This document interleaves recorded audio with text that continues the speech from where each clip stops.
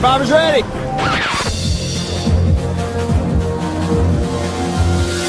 Direct from Hobart, it's time for you to hear those so-called experts from Survivor Oz talk about another reality show, despite the fact they always said they wouldn't ever talk about Survivor. It's The Amazing Race Oz, and here's your host, Colin Hilding. Hello everybody, welcome back to The Amazing Race Oz for our coverage of The Amazing Race Canada Season 3. This is the first time you've heard us in a few weeks because vacations have kept us away. I was on vacation for a week and then Ben was on vacation, so we couldn't get the episode up. So we're hoping you hear this before the end of the season. If not, we'll do better next time. Sucks to be you. I'm joined by two of the happiest Australians that we have involved in the Amazing Race Canada. First, from Snug, who survived the 1967 bushfires to be here with us. Hello, Noah Groves. I'm not sure about happiest. Maybe Jared and Alex. I think I'm low on that scale, but good to be back to be talking about 2 episodes, I guess, because we're lazy slackers and couldn't get it done. But lots of fun, Amazing Race to talk about. And all the way from Emu Plains, which, according to its Wikipedia page, is not nearly as depressing as Snug. Hello to Jared Lubick. Hi, it's great to be living in a above average town. And what, about 10 times the population as well, right? Yeah. I won't make fun of you guys too much for small towns, because I actually grew up for the first 8 years of my life in a town that was maybe half the size of Snug. So, you guys are in the big city compared to what I'm used to. Must have been small. Hopefully they go there in this season. Go to Snug or go to LaSalle, Manitoba? To your, yeah. Yeah, fingers crossed. It's probably about tripled or quadrupled in size now, so they may have 1 or 2 things to do, more than they would in Snug, but we'll cross our fingers. It's better from wherever they went with the giant penny. Yeah, the giant nickel. I'm sure it's better than that. Which, let's start off by talking about Sudbury, Ontario. According to John Montgomery, one of the happiest cities in the country.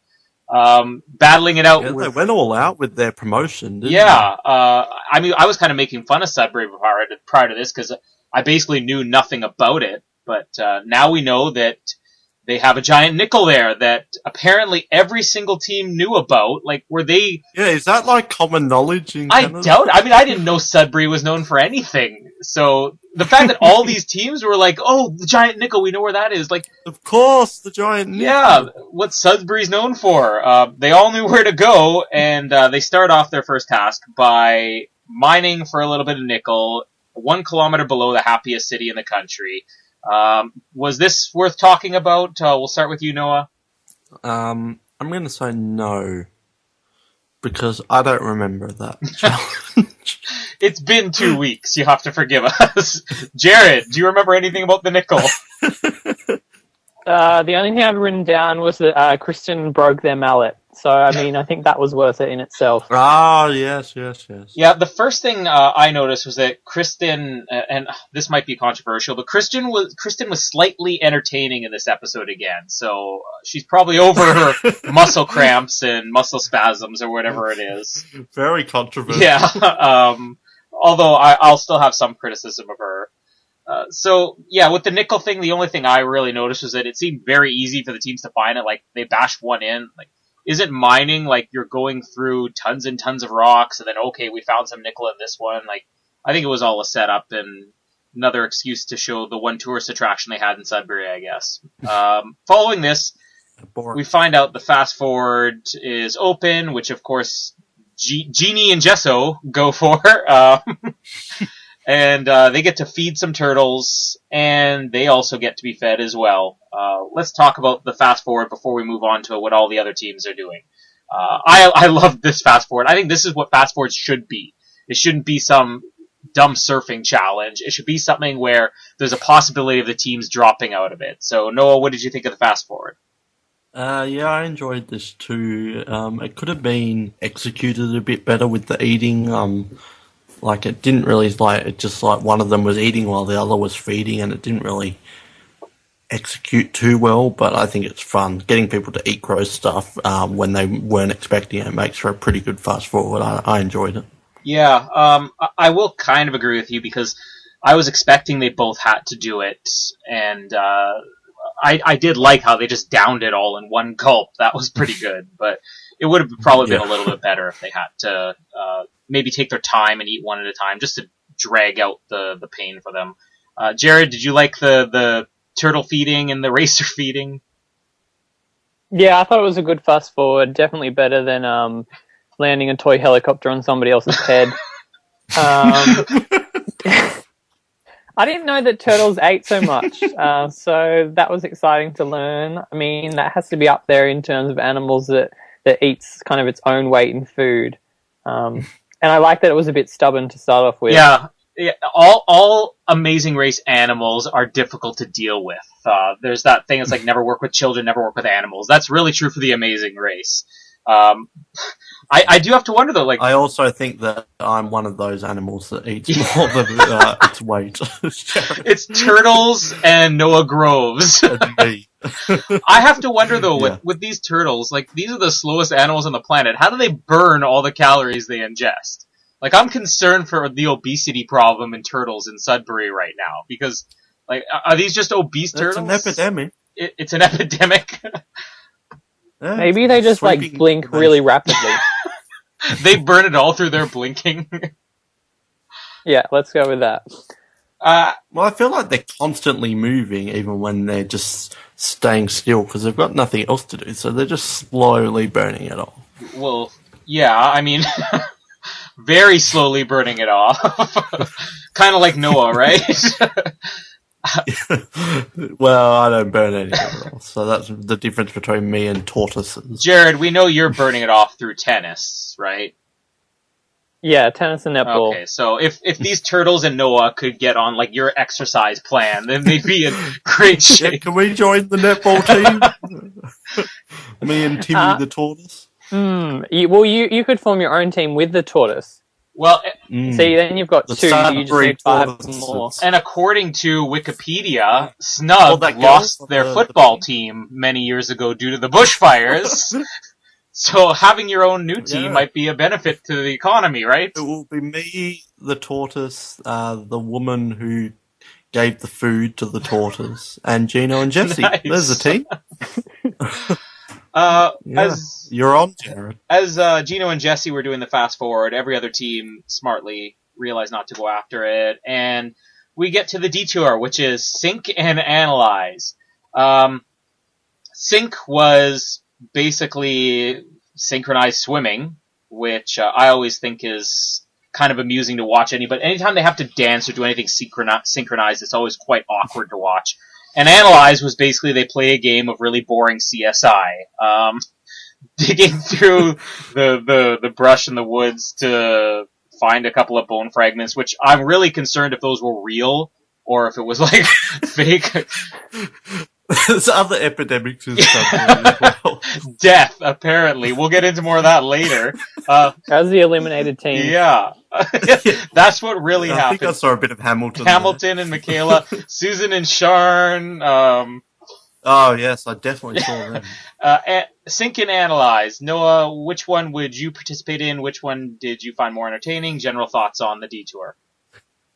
I would do the Analyze one, but I think the Sync one was more entertaining. But everyone went for the Analyze, and it was just kind of boring. It did provide us with the Brian and Cynthia of the week moment where, oh, geez, I don't know anything about policing. Like, that was really good. Yeah. I think that has to be the one for a fortnight. Oh, I keep forgetting that you guys don't say fortnight. I learnt that the hard way. For 2 weeks ago. Is that what yeah, Fortnite means? The what? Is that what Fortnite means? Well, yeah, 2 weeks. Jen Brown told me that Americans don't know what a fortnight is, but that's another story. Yeah, Analyzer was kind of boring, but I definitely think that's the Brian and Cynthia of the week. And it had some okay moments, like funny moments. And Sync, it was funny, but at the same time, there was no twist to it, really. It was just a same old synchronized swimming challenge. So it was funny, but it kind of needed a bit more, I think. Jared, what about your opinion on the detours? Yeah, I agree. Analyze was a bit boring. Watching it, I was thinking this is like a Year 9 science lesson. Go outside and kind of plot a square of land. Yeah, it was really, really boring. But at least it was difficult. It was good to see sort of teams struggling, just getting the measurements wrong and then having to do it over and over. But the most frustrating thing about these detours was that everything was set up perfectly. Like, Analyze was full, and then the teams you had left were all the teams who could not swim. You had Nick and Sabrina, Simeon Opie, and Dijon and Leilani left, and all of them, like, none of them wanted to do that at all, and then none of them did the sync, and it was so annoying. I was like, surely someone's going to attempt it, but they all waited, and it was so frustrating. Can we just point, I think this is a good time to point out Opie's catchphrase is, I don't swim. Like, that's the only confessionals he has is, I don't swim. Like, that's, their entire story is based on him not swimming and there being a ton of swimming challenges this season. Yeah, pretty much. It's really getting old. You know, I'm totally with you, Jared, because I remember when they had the, what was that extra thing they added with the canoe basketball or whatever it was? What did they call that challenge? Yeah. Kayak hockey. No, but I mean, it was the name of, like, not detour, fast forward, whatever they called it. Face off? Face off, right. Yeah, when they did the face off, I was thinking the same thing. I'm like, I can't wait because we have so many teams that can't swim. You know, somebody's going to do it.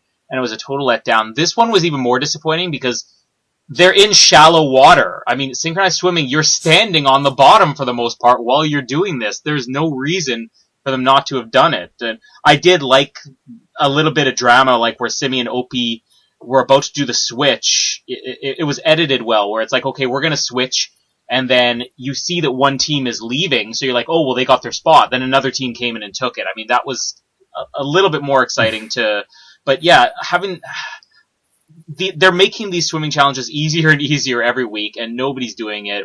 All we really had was Sabrina in the episode 1 with the obstacle course, so let's get some more swimming out there. Let's force these teams to do it. Do a roadblock with swimming. That's what they really need.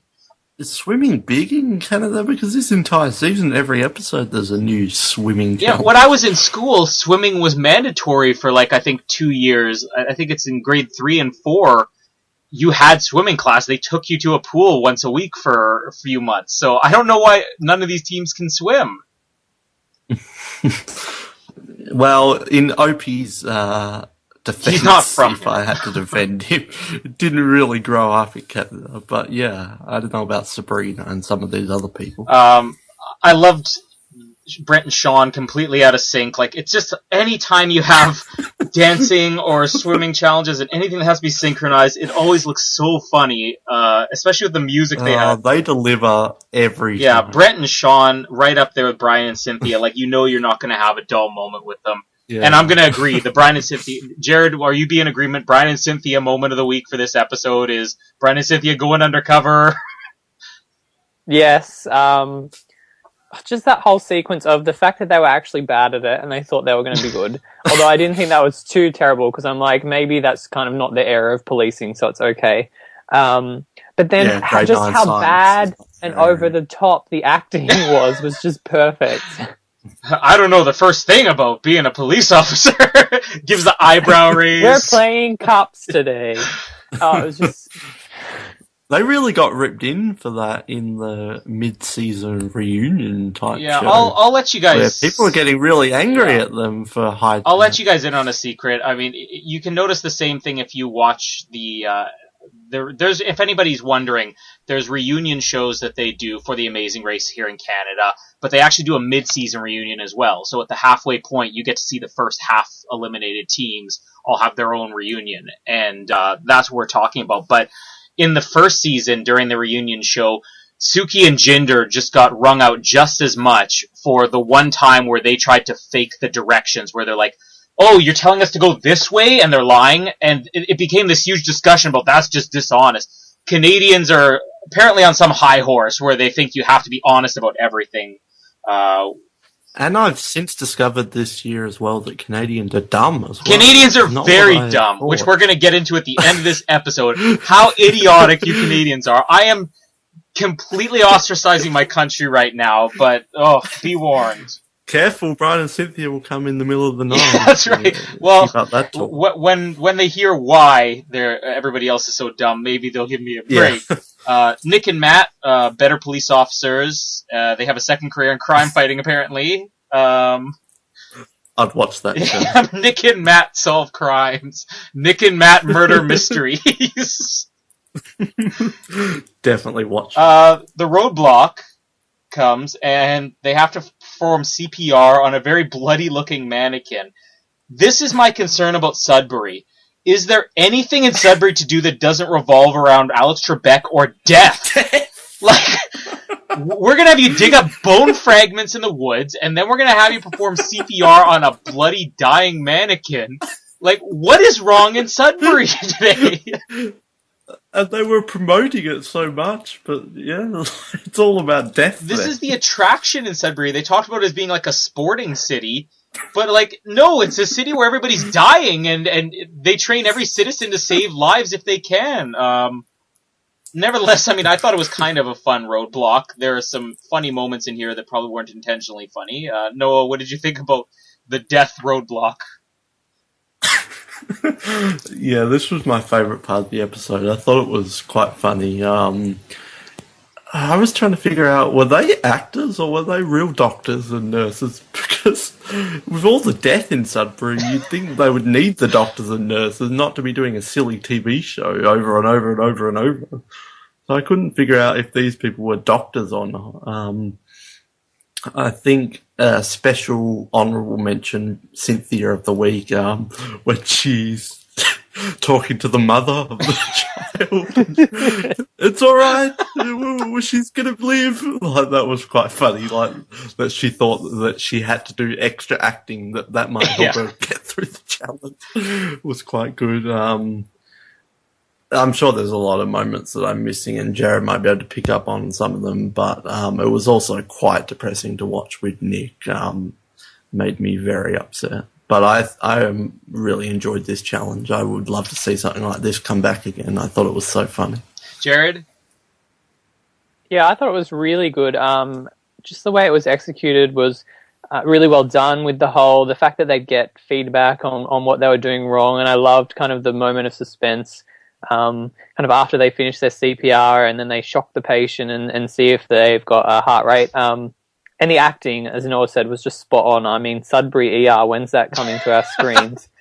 And yeah, the comforting, the lady whose child it was.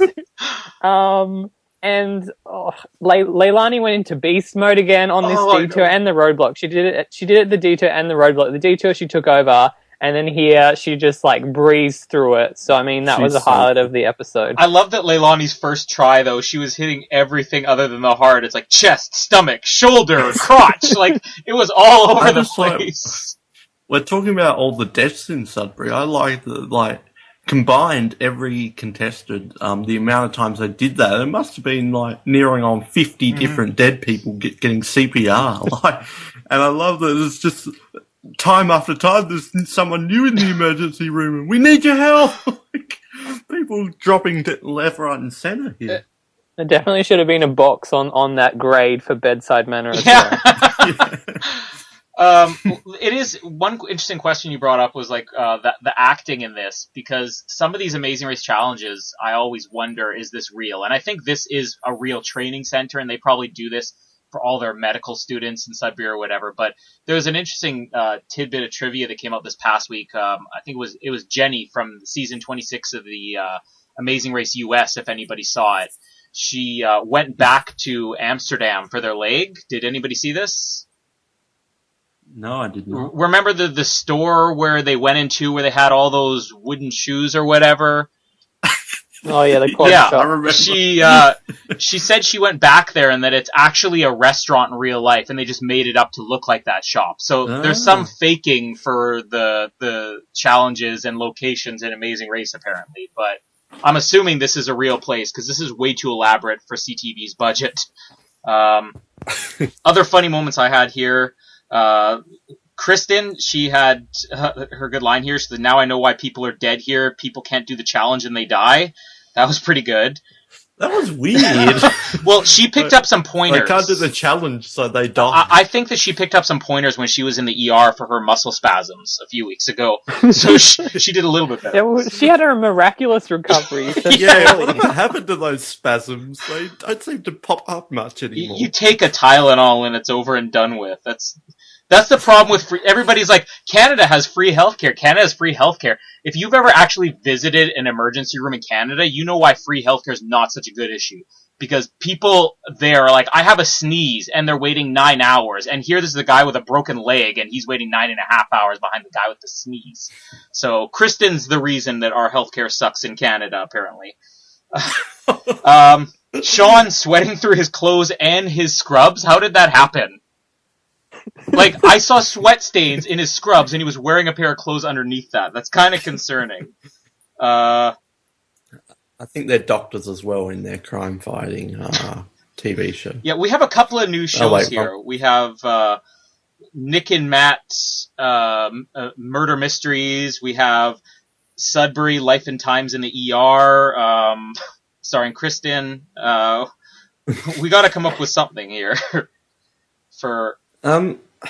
Who is Sean? Sean, Brent and Sean. Yep.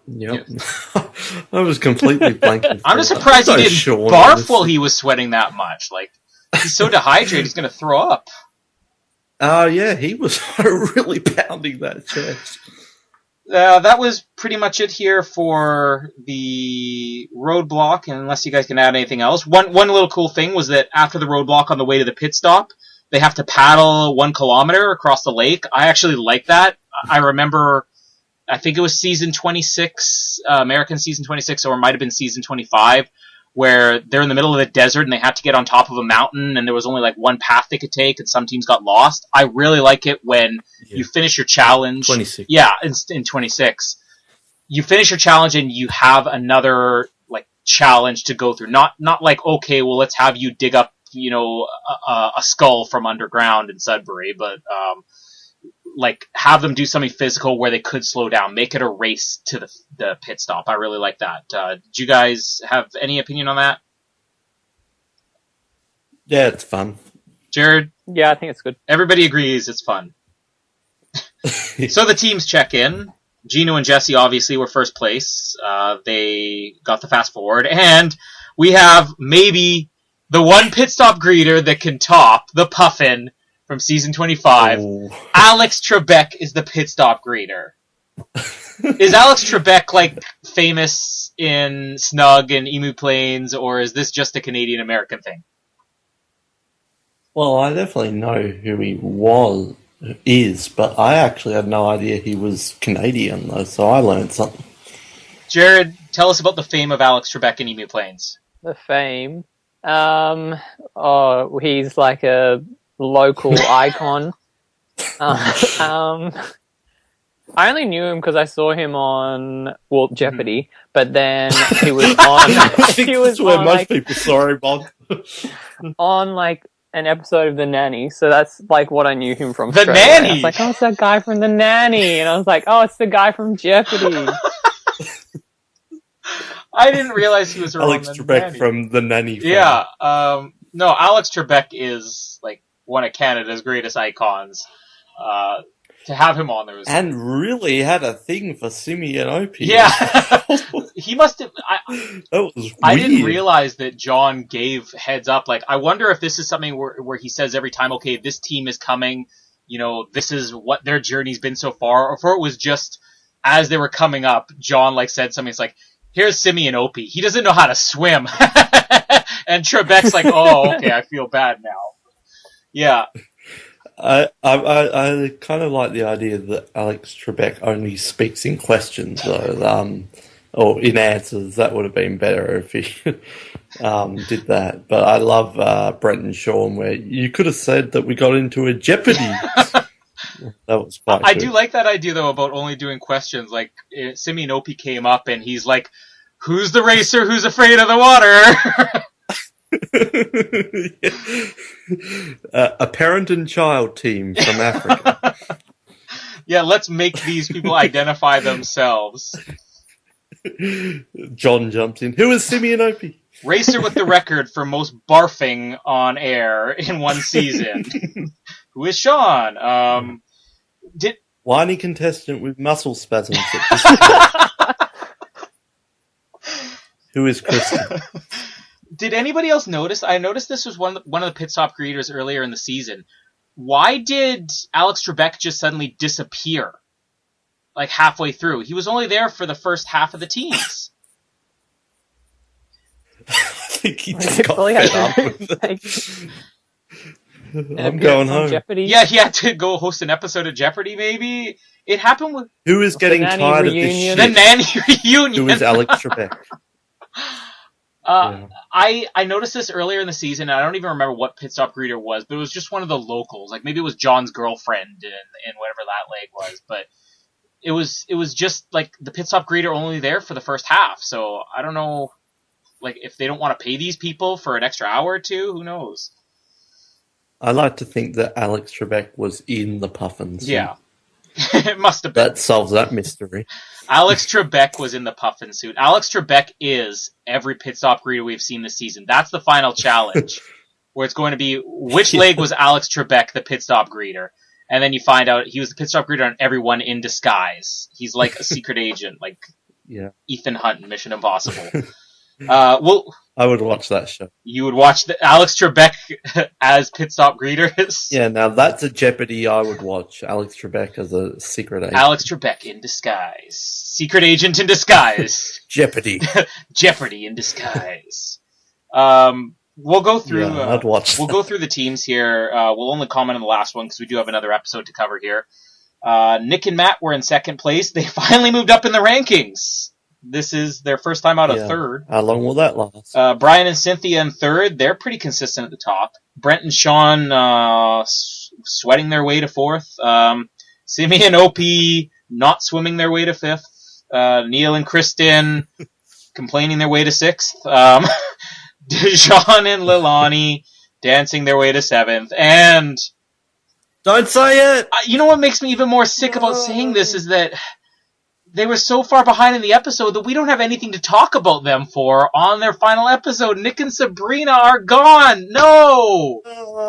And for the first time, we have all Nick and Sabrina fans on an episode. Rossi isn't here. Noah. Yeah, screw Rossi. Can you say anything about Nick and Sabrina? Like, you've always brought up, like, the idea that a lot of times when it's obvious and someone's going home, they don't show them much. And I've never disputed that, but I've also never really taken too much notice of it. But this episode, I was noticing that Nick and Sabrina, the stars of this season, are barely being shown, and that can't be good. And then they show a little clip about how they love each other or whatever in the middle of the episode. I'm like, no! Why? Last week it could have been Neil and Kristen and Simi and Opie going, and now this is actually going to happen.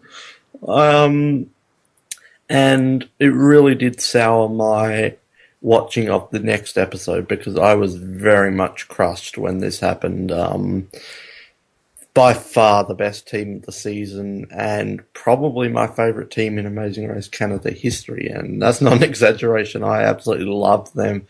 And you just see in the mid-season reunion episode that they're just stars. They're so funny and had so much more to give. I was so disappointed with this, especially with the fact that the other two could have gone the week before if it wasn't a non-elimination. So this was very upsetting. I love them so much, and it's a shame we didn't get to see more of them in their final episode. We have so many great Nick and Sabrina moments throughout the season. We have to give a favorite Nick and Sabrina moment here. I mean, we have Sabrina's breakdown in the obstacle course. We have Nick, his soccer challenge. We have Sabrina not being fit. The Mentos. I mean, it just goes on and on.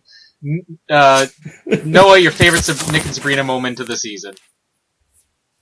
It's a simple one, but I think it's got to be in episode 1, which kicked off my love for them when she goes, "I can't run!" Just straight off the bat, 10 seconds into the beginning of the show. I think that's what started my love for them, so I'll go with the simple beginning. Jared, Nick and Sabrina, how disappointed are you they're gone? I know you and I were talking a little bit earlier about a better outcome to this episode, but also your favorite Nick and Sabrina moment of the season. Oh, I'm devastated they're gone. I think it takes a special team to suck at stuff, but you still want them to stay around, because with other teams that just gets really old really fast, and you're like, this team's constantly at the back, like I wish they'd just go home. But this was a team where you just wanted them to keep pulling through and keep being pathetic, but somehow make it. And it's just devastating. And the fact that we didn't get to see Nick have to do like a swimming challenge ruined everything. I think my favorite moment has to be the Mentos. The what was it? Like, I can't find any letter D's, or was it P's? I don't know. Whatever it was that she couldn't work out, that you just needed to flip it around was great. And she had them all grouped together, too. It wasn't like one or two. It was like she had 12 of them in front of her. I'm so... She's Haley 2.0, but better. And hashtag way better than Flo. This is like a classic team. I'm really hoping we can get them on for an interview. I don't know what the rules are. I've already tried messaging them. I don't know if they're allowed to do anything. We'll have to wait and see, but we have to hear from you, Nick and Sabrina. If you're out there, you're like the greatest team ever. Please come on the show. I'm going to go with my favorite Nick and Sabrina moment is a collaboration, because as we said, there's a mid-season reunion called After the Race that everybody should see. And they bring up the whole Sabrina saying, I can't run because I'm just not that fit. And they're bringing it up as like it's just a funny moment, and she just dead serious. It's like, well, it's true. I'm seriously not fit. I couldn't do it. Like she felt the need to elaborate on how unfit she was. I just love that whole running gimmick with that. Do we have a hashtag for Nick and Sabrina, Noah? I think it's just got to be hashtag legendary. It's so good. Jared? Team hashtag we used our brains. I'm gonna. We used our brains. I'm gonna steal one from Jared because I think he actually misses out on a lot of good hashtags. I'm gonna go with a hashtag. It takes a special team to suck, because that was the best description ever. So sad they're gone. After this, we get. I can't wait till the reunion episode at the end just to see more. I wanted to comment on one thing. I made a note here about Alex Trebek's comment to Simeonope. Was like father and daughter. He says he has the same relationship that just went on and on. I was like, wow, how awkward was that? Like, why did he love them? I don't know. Like, did John pump them up a lot? I mean, he hasn't been watching the season. He's going to be disappointed when he watches the season and realize they're not really on it. Oh well, we'll hopefully we'll get him. The invisible team on the Amazing Race Canada 3. There's always one. With Simeon. Now we're off to Saskatoon, which I'm going to apologize. I've already insulted most Canadians for their dumb voting and everything, but I'm going to probably take a couple shots of Saskatoon throughout this episode. I'm just going to start by saying Saskatoon is in the neighboring province to Manitoba, or Saskatchewan is the neighboring province. So there's kind of this thing between the main cities in Saskatchewan, Regina and Saskatoon and Winnipeg, where it's like a bit of a rivalry. But it also has to do with the fact that I've been to Saskatoon before, and I swear it was the most boring place on the planet. So I apologize. Maybe I only saw one small area of Saskatoon. I swear I saw tumbleweeds blowing through the street. It wasn't my favorite place to go. But well, it didn't look too flash from what I saw either. Let's start off. So the very first challenge, I made a note of this. And again, I'm apologizing in advance because I'm a Canadian and we're sometimes polite, even when we're rude. Saskatoon is so boring that the first challenge they could come up with had to take place on the airport tarmac. They couldn't even go outside the airport to have a challenge. It's also Brent's birthday, and they have to make an Air Canada flight plan. that amounts to 25 hours. It made my head hurt looking at how challenging this would have been. I still liked the challenge, though. Opinions on the Air Canada flight plan?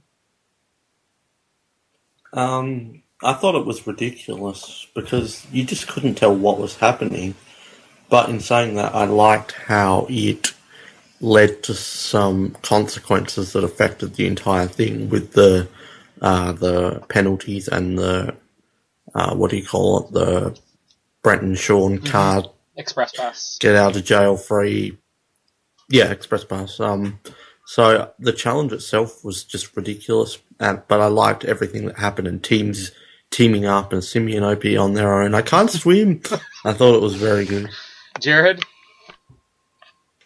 Yeah, I thought it was a fun challenge. I think on The Amazing Race sometimes they steer away from difficult challenges, thinking, oh, this will be too hard, nobody will get it.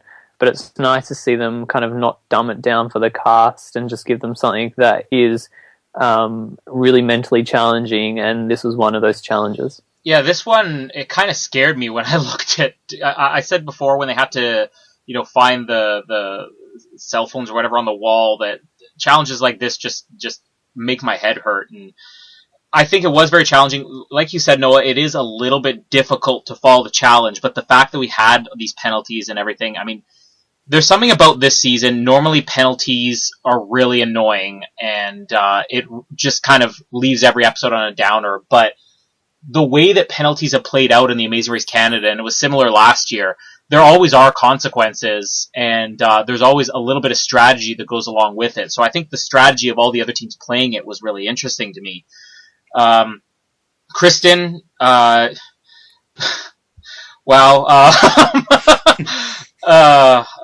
First, she did have one funny moment here. Greenwich Mean Time, never heard of it. I've never heard of Greenwich. Yeah. But let's talk. Maybe Greenwich. Obviously, the Express Pass was used. Are we in agreement that it was a good use of an Express Pass as opposed to Hamilton Michaela throwing theirs away? Well, it got them first place. So. Jared, any issues with the use of the Express Pass, or is this one of the better uses?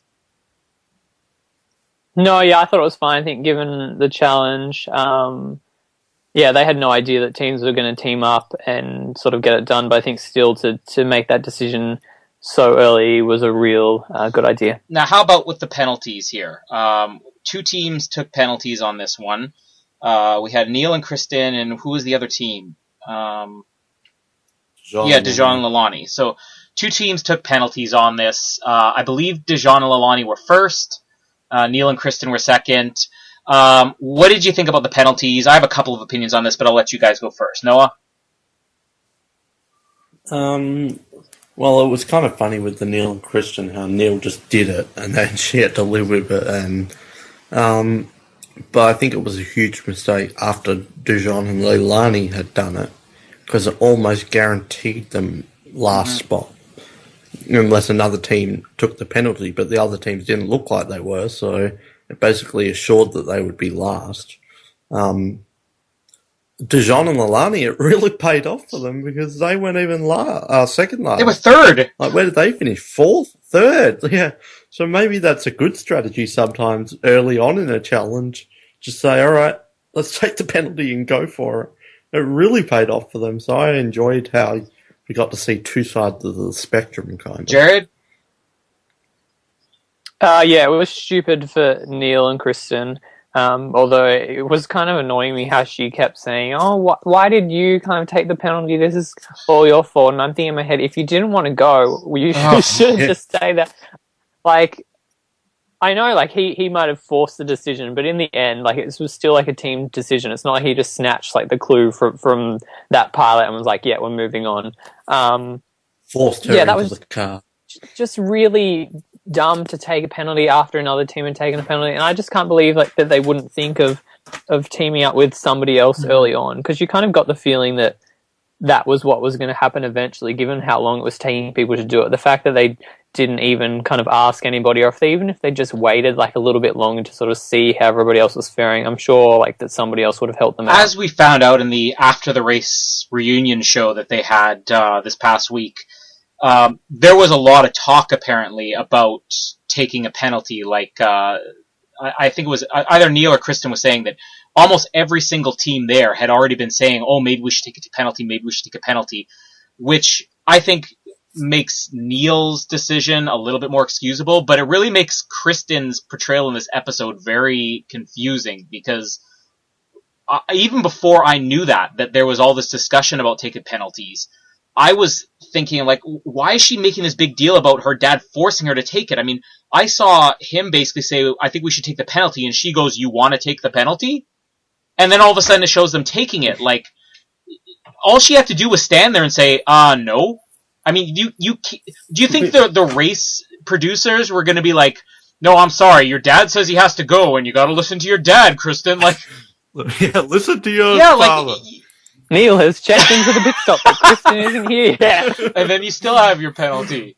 That would be cool if you could just decide you don't want to race with your partner anymore. It makes it even more annoying watching Kristen. And again, I've tried to defend Kristen throughout this, and I still have nothing. I still think that she's had some very entertaining moments, but she's just one of those characters where I don't really get what she's saying most of the time because she's going on, my dad made me do this. Like, well, no, he didn't. He can't make you do it.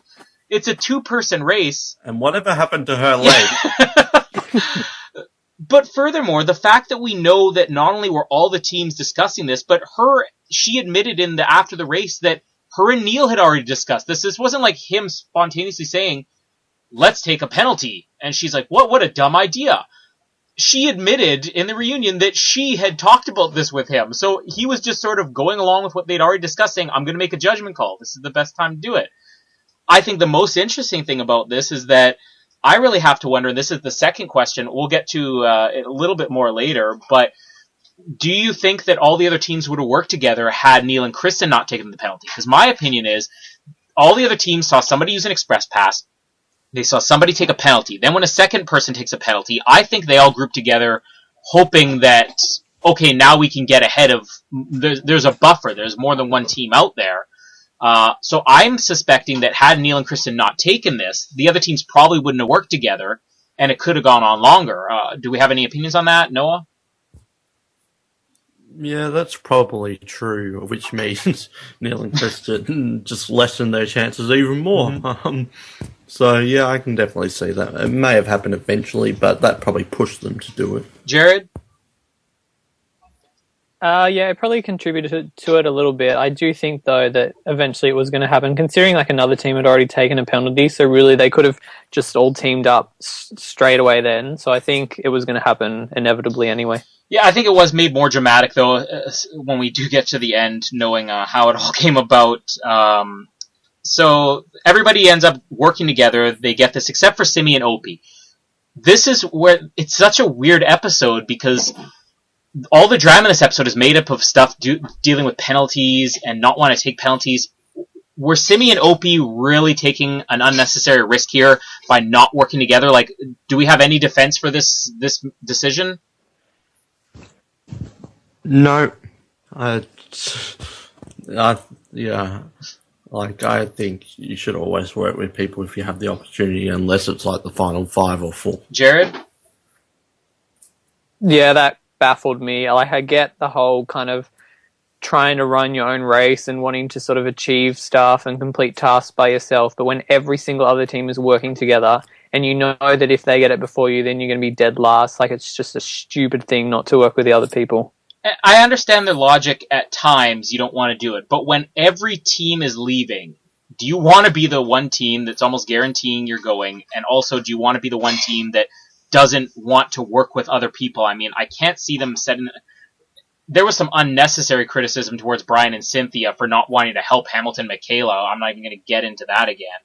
But this is a totally different scenario. I mean, this is you surrounded by about 5 other teams saying, or 4 other teams saying, no, I don't want to work with you guys. Like, is there any chance after doing that anybody would want to help them in the future? I mean, they're coming across really antisocial here too. I mean, there's just so many different levels where this was like a dumb move, and I know it didn't really cost them this time, but I just don't get it at all. Like, this is sort of what Simi and Opie are going to be known for, is not swimming and not working with others well. I mean, it's I don't swim and I don't work with others. We have 2 quotes for Opie now. Do I have anything else on here? It was Gino and Jesse's idea for everybody to work together. Were they the ones that came up with the idea the previous time when they were going through all those pictures on the wall? Does anybody remember? I think that was in the yeah, you're right. It was the math teacher thing. Yeah. So after this, they have to search through a bunch of bottle caps, rummaging through recycling garbage. Again, apologies to Saskatoon, but the most entertaining thing you can come up with is going through your garbage. That's Saskatoon. Was this kind of a wasted challenge, or did either of you guys like this? Noah? I honestly don't have even one funny moment to add from this. I don't know if it was wasted time or challenge, but it was not that entertaining. It probably could be dropped, so yeah, there's nothing to really talk about here. Jared? Yeah, I thought it was a waste. I think the most interesting thing was potentially like teams overtaking each other on their way to like the factory, and then at the factory it was pretty much whoever was in there first was the next person out, because sorting through the bottle tops and finding them wasn't actually that difficult. Yeah, I don't think I really took notice of whether any teams passed each other on this or not. There was obviously, when we get to the end, we're going to see there was huge gaps between the teams this week, but I wonder if this is one of those challenges where, because there was so much else going on in this episode with penalties and everything, that maybe it was just edited out, but the way it came across on here just looked like it was so easy. I mean, we didn't see any challenge from this, so pretty disappointing, Saskatoon. Thanks a lot. The detours up next. We have Nimituk and Mikwop, Mickey Wop, I don't know. I have sloppy handwriting, and it was like 3 days ago when I watched this. So Nimituk, they perform an indigenous dance with hoops, and Mikwop with build a teepee.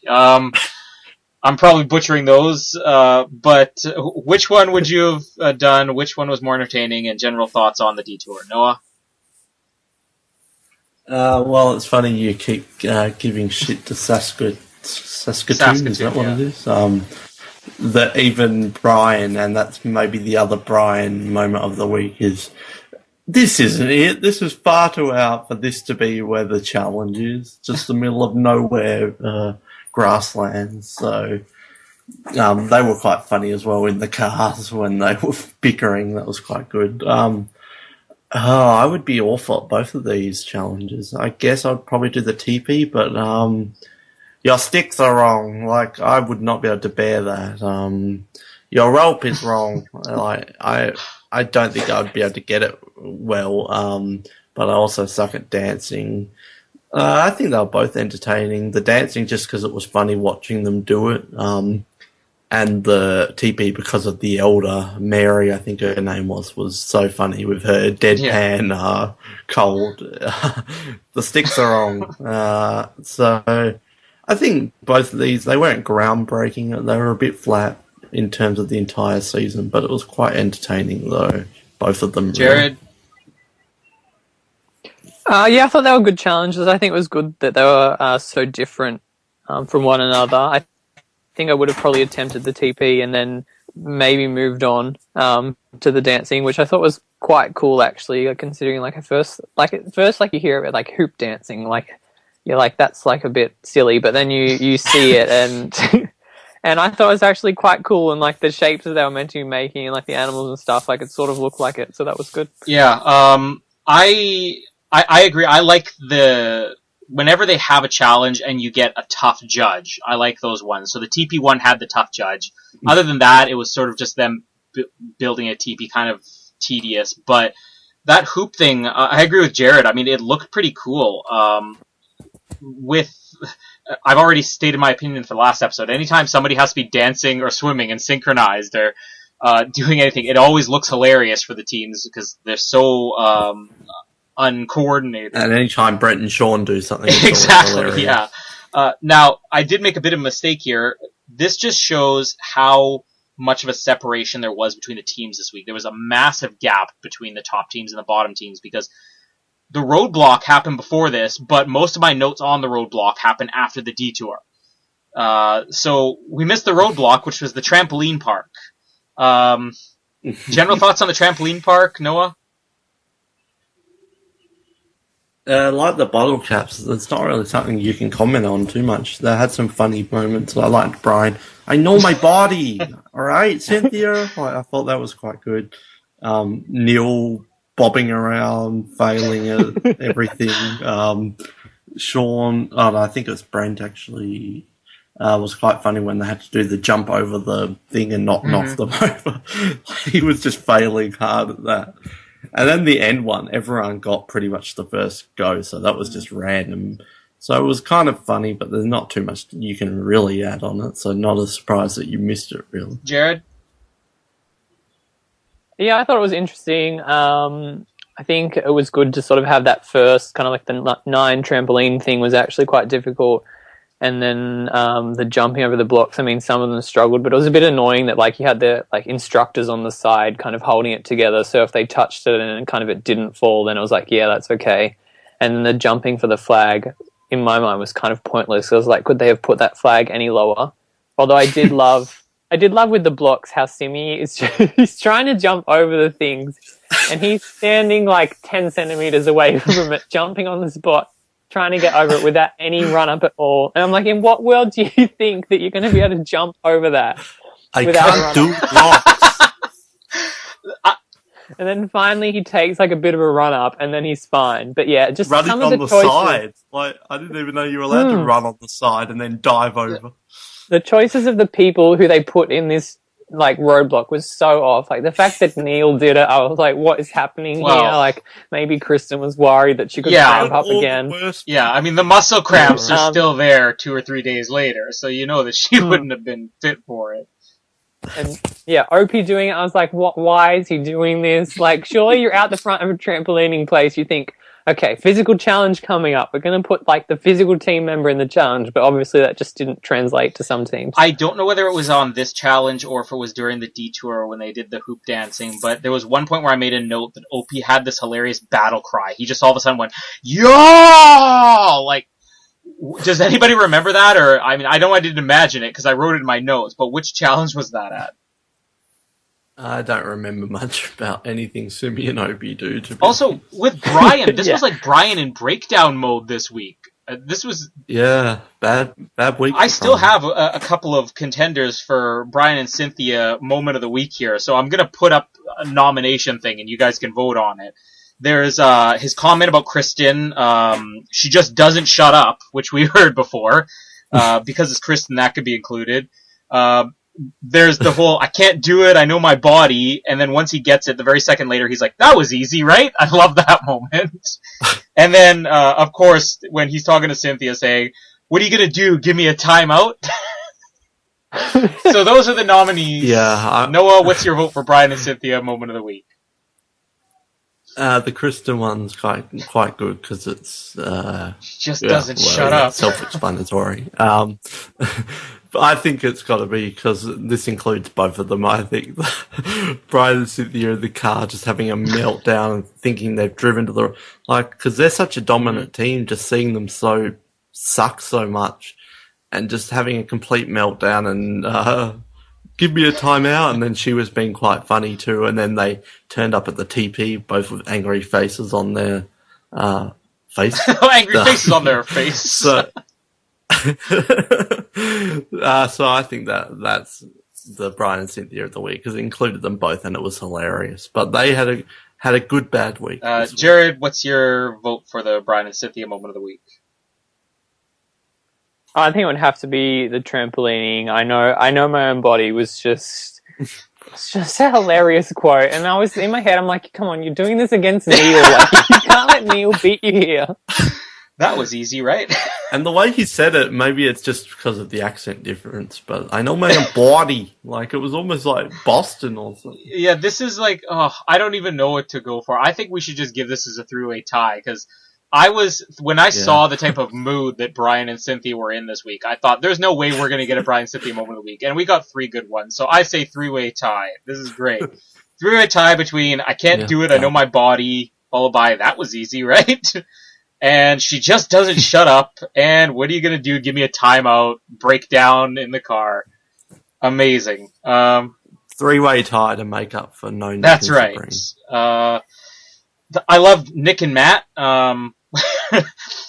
where Matt says, I had dreams about building teepees, and then Nick says, I had dreams, but they're about sandwiches and pancakes. Yeah, and I like the quote, his dream is turning into my nightmare. That was a good quote. Those guys really could have their own show, couldn't they? Maybe Nick dreams about the crime, and then Matt goes out and tries to solve it based off Nick's or he goes dream. out and commits it. He's got some sort of psychic What if dream. he's the one who commits it because of the dream? Oh, yeah. And of course they're wrestlers at night. Cops by day, That's wrestlers right. by night. School teachers by day, cops in the afternoon, wrestlers at night. And dreaming overnight. Last thing we really have here is just the race to the pit stop. And if you thought a 1K swim was bad, wait until you see Brent and Sean's terrible gag reflex on their hike to the pit stop. Wow. We know that Sean has had barf problems, but this was Brent and Sean. Have you ever we've talked about Sabrina being unfit. Sabrina never vomited or coughed up a lung while hiking. Are Brent and Sean more unfit than Sabrina, particularly Sean? Oh, this bit. This is why I really enjoy this season. Teams like this. This harks back to the first episode where they were vomiting because they missed the boat. I think it was, what was it, Brent or Sean? I can't remember. The chubbier one. Sean. I think it's Sean, isn't it? Yeah. When he was... the look on the pit stop greeter's face and John's face. And I had to go back and rewatch this because I was laughing way too much. It was just hilarious. And even better when they showed the montage during the reunion episode, too. Yeah. Definitely one of the funniest moments of the season so far. And I was a bit worried they wouldn't win because I was really hoping they would win for their birthday leg. But, of course, that was just editing that made it look like they were... Jamie, you ready to go? Jesso and Jeannie were close, but... Okay, do that, okay? That was so funny, the Brent and Sean vomiting entrance. One of the best entrances ever in the history of the show. Our number one team, Jared, Brent and Sean. I mean, it was just a great episode for them. Them just throughout the whole thing, even just doing the hoop dancing, they were funny. And I didn't even know why, but just them saying the names this is Flower and this is Mother Earth. And then I dropped the hoop, blah, blah, blah. I keep dropping my hoop! It's just hilarious. And the throwing up and the dry retching, it was just so. I was like, what is happening here? I was like, surely you can control that. It was just if this isn't over the top, I do not know what is. And then in fact they get to the pit stop and then he has to go to the side and have a vomit, and they're at some teepee spiritual landmark or whatever. land. Some campsite for teepees or something because the pit stop, and I'm just thinking of the person who goes to put up their teepee next in that spot, and they're like, "Ooh, who threw up in my teepee spot?" And yeah, how could you go past Sean's fall on the way into the pit stop? Surely, in my mind, that rivals Niecy's fall when she was coming into the pit stop. It was such a big tumble, and it was so good. I think Niecy wins just because how of a bad mood they were in, and there was dogs at the pit stop. But I think this would be second best fall ever in the show. Second place team was Gino and Jesse, slipping down because of the Express Pass, obviously. I was kind of not making fun of them, but questioning how they thought they were the biggest threats a few weeks ago. If they weren't at that point, they definitely have proven it now. Noah, what's your opinion on Gino and Jesse? They're kind of the middle team for me. I thought I would hate them before the season started, but they've definitely deliver in terms of entertainment, but there's just something about them that maybe I have something against the male dominant team because we've seen 2 of them win already, and I just don't want that to happen again. So I'm really not rooting for them to win, and I'd love it if they did kind of a Stephen Alley exit where they just had a really bad leg. But I'm fine with them sticking around as long as they don't. In all fairness, though, were Tim and Tim really the dominant team throughout the race?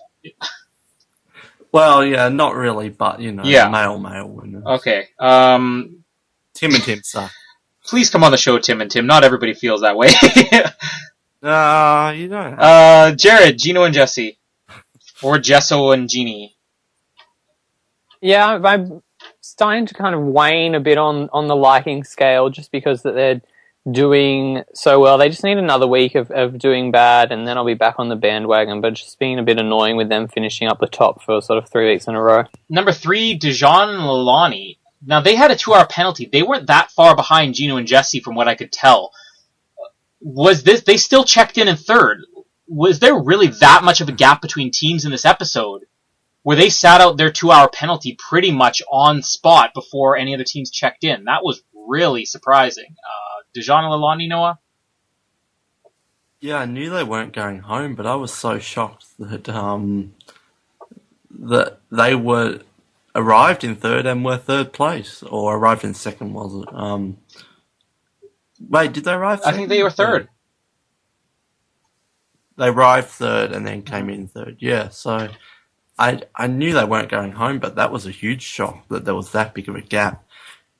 Really liking them. One of my favourites. I love Lalani Beast Mode. I think Dijon has so many good quotes. They kind of go up and down. They're either up near the top or near the bottom each week. They're rarely in like the exact middle. I really like them. I'd be completely satisfied if they won the show. Like, they could be my new favourite team after Nick and Sabrina, although it's probably Brent and Sean. But yeah, I'm really, really enjoying Dijon and Lalani this season. They've definitely grown Jared? on me. Yeah, I think they're a great team. We got another dancing challenge for them to do well in, or rigging, so I'm all for that. Yeah, I hope that they stick around for a long time. And 4th place, we have Brian and Cynthia, and this is, I'm going to consider it the runner-up for Brian and Cynthia Moment of the Week, number 4. Brian and Cynthia, your team number 4. We're happy. Great response. Brian and Cynthia. That was like a Rupert song. Noah, Brian and Cynthia. I like them. They're just... Each week there's something that happens or something that's just like... No! Whatever. So, definitely not one of my favourites, but compared to pre-season, I am liking them. They're not my least favourite team, but yeah, they're just kind of... Yeah, I hope they don't win, but I do kind of hope they're in the final episode, though. Jared? Oh, they're definitely up there as one of my favourite teams. Loved them from the start, still love them as they're going along. As long as they keep kind of providing those fun moments, then they'll be alright. And I just hope that we get some more forensic or policing challenges, so they'll have to do some more poor acting. 5th place, Nick and Matt. Noah? They're kind of like a middle one for me too. Like, I don't love them, but there's nothing at all to hate about them. I think they're consistently entertaining, but they're just not... No! up there. And I wonder if they'll ever get 1st place. Maybe it would be a good story if they never got 1st until the final leg. Yeah, so I enjoy them. Nothing bad to say, but they're not one of my favourites. They're just kind of in the middle there. Well, I'm just looking here, and so far the only teams that are in the race who have gotten 1st are Brett and Sean, Gino and Jesse, and Dijon and Lalani. So the majority of the teams here haven't even had 1st place finish yet, so it's not just Nick and Matt, but they are the ones who probably finished most consistently at the top. Jared, you love Nick and Matt, right? Not so much anymore. They've kind of been slipping each and every week, and I kind of think at the moment, given the teams left, like I wouldn't mind losing them, but obviously that title would go to Simeon Opie. But they're I don't know, they're just not as funny as they were early on. Like, they'll have maybe one moment each episode, but I am happy that the whole kind of rivalry is back between them and the brothers, and then also the other rivalry between Brent and Sean and Gino and Jesse was kind of back this week as well, so that's good. I think my opinion on Nick and Matt's interesting because up until now, I thought they were such a fantastic team, and then I realized this past week that when you're just watching them in the race, they're not that entertaining. When they are in their confessionals, they're great, and I think that's what it is with them. I want more confessionals from them because they really nail those. But yeah, when they're in the race, not quite as good as lately, I guess. So I'll agree with you guys on that. Sixth, we have Simi and OP. Just saved by a penalty by a few minutes. Dumb decision, as we said, by not working with the other teams. For all they knew, Saskatoon was just going to be swimming the whole time. Like, don't take that chance. Noah, Simi, and Opie, you have anything good to say about them? Yeah, I don't swim. That's all they say. If they should have went home 2 weeks ago. I wish they went home last week. Their purple team, boring, repetitive, really useless at a lot of the challenges. They've taken a ton of penalties. Yeah, I thought I would love them preseason. I really do not enjoy this team. I will be more shocked if this team wins than the Candy Scientists winning in the 25.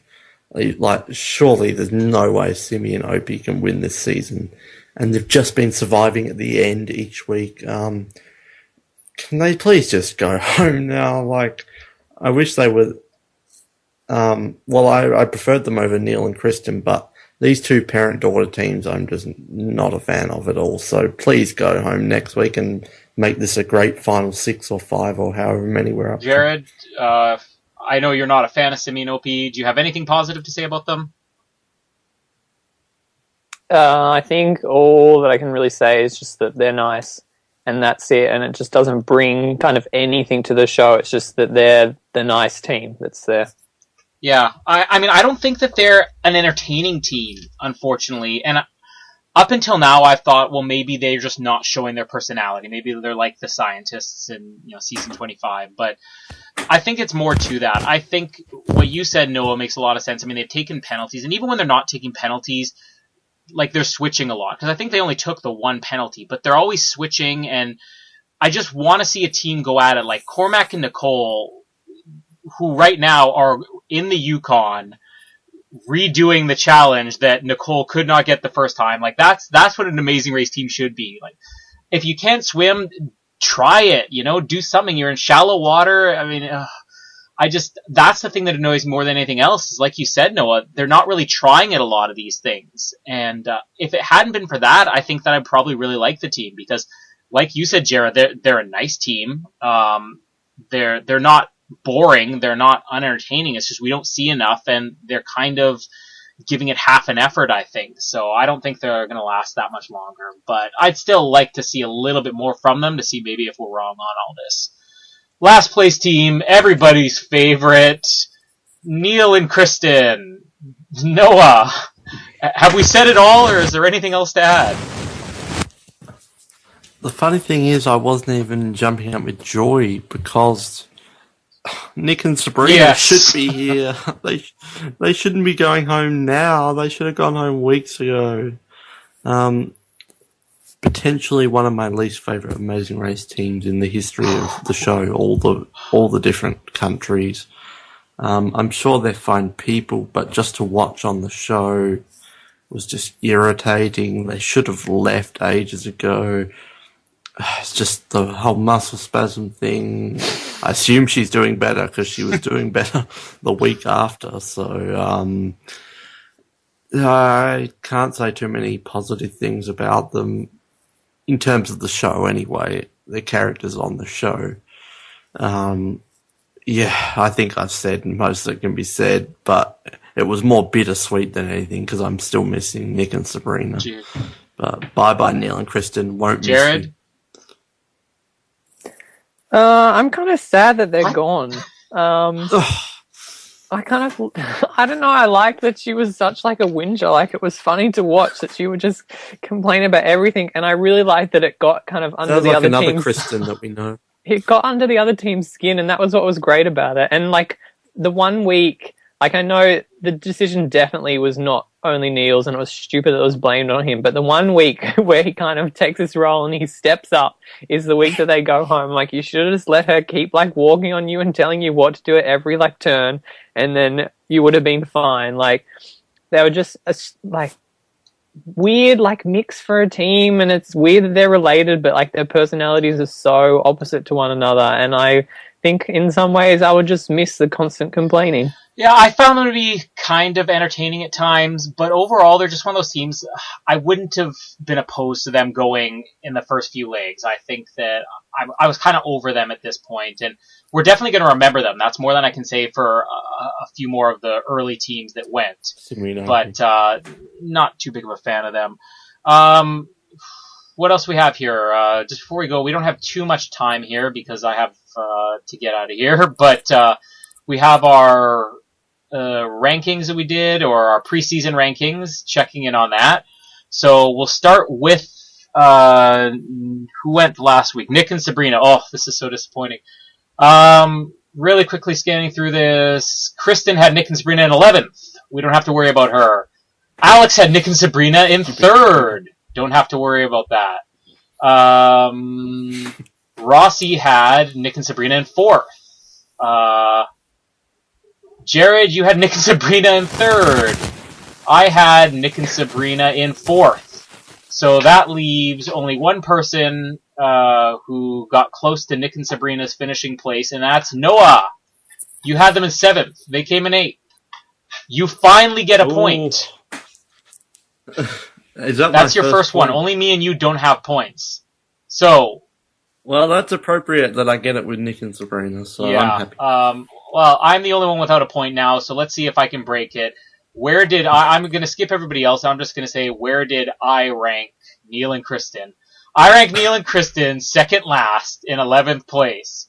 Do I have a chance? No, because somebody else got them in 8th place, 7th place. So is that dead on? They're 7th, right? Yeah. Oh, Yes. Alex, or no, not Alex, Jared, who didn't even watch the preseason stuff, nailed it at 7th place. Woo! Stupid brain. Jared, you are way in the lead right now. You have 3 points. Rossi's the next closest with 2. Everybody else is on 1 except for me, who's on 0. We're all sucking this season. Nothing to be proud of compared to our other seasons. I'm usually doing good in the American ones. That's what's so disappointing here. Anyways, we're going to have to... Yeah, well, you hate Saskatoon. That's right. Saskatoon put a curse on me. We're going to have to wrap this up. Next week we're in India. We're going to have lots of crazy traffic, which will be fun. That's the best thing about India is the crazy traffic. Final comments and goodbyes from the whole room here. Let's start with Noah. Yeah, still enjoying this season. It's kind of going down a bit, but it's still great. It's better than the American versions. India, it always makes me claustrophobic, these Indian episodes, but glad to get out of Saskatoon and out of Canada, so it's going to be fun. See you. Jared? Yeah, I think the last episode was my least favorite of the season. So hashtag christening with that. Yeah, looking forward to next week. It'll be good to see them leave Canada. Even though it's good how the legs in Canada, even though they're still kind of in the same country, they're interesting, which is kind of surprising. So that's good. Yeah, so look forward to next week. I'm going to agree, probably my least favorite episode of the season, but the fact that we had more positive things to say about this than almost all of season 26 of the American one, I think that says something about this season. Next week, we're hopefully going to have this up on time. You won't have to wait 2 weeks for it. We'll see how scheduling goes, but until then, we'll speak to you next time on the planes to the Saskatoon Airport Tarmac tourist stop.